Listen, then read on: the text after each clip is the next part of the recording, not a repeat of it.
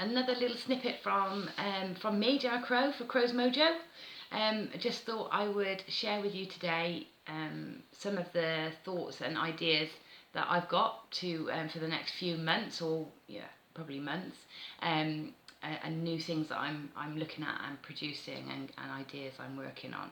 I thought I'd share that with you and hopefully get you involved in helping me out with this project actually.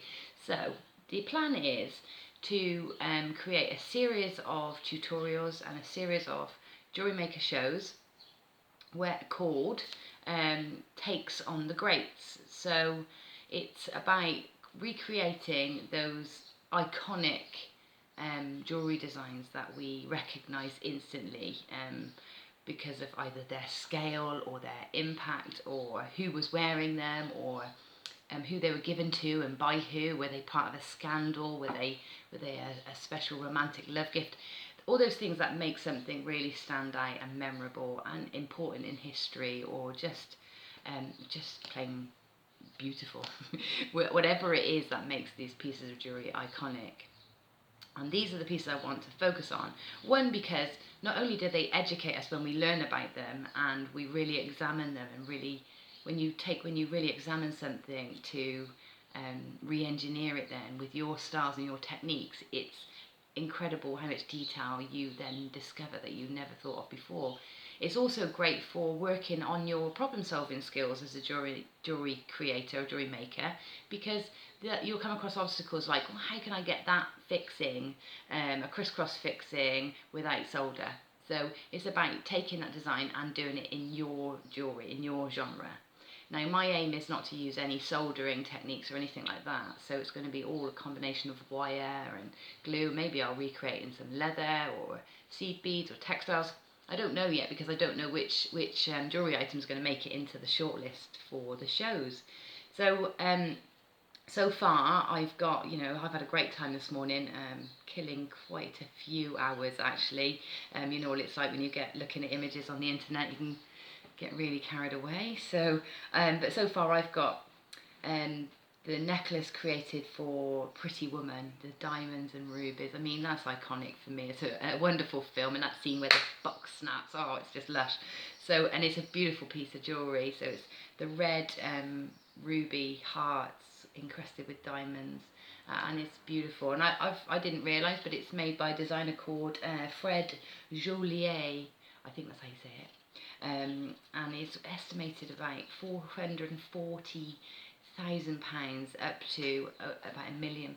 So it's an amazing piece of jewellery, incredible gemstones.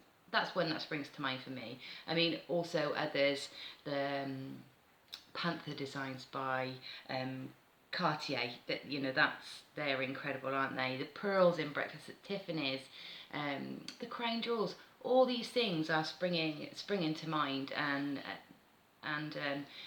so I need to narrow that list down and make a concise plan of which pieces I'm going to take on. Obviously, I'd like a variety, so I'd like some necklaces, maybe some earrings, rings, bracelets, bangles, all sorts of things, tiaras, crowns. So I'm looking for a diverse selection. I'm working on it, and I'm going to come up with my own shortlist. But it'd be really interesting to find out what your idea of iconic jewellery is, and what pieces stand out to you, and also maybe even take the thought process a bit further and think about how you would create it with your skills. So are you a wire worker? Would you do it with wire? Would you work it with leather? Would you seed bead it? I'd be really interested to know which pieces for a start you consider to be iconic, because I do need to make a shortlist, so I will be trying to select them. And also what mediums you think, first thoughts you might use to recreate it, or ideas. Even if it's not your medium, you say, well, I think this would look great if it was seed beaded, or if it was wired or macrame.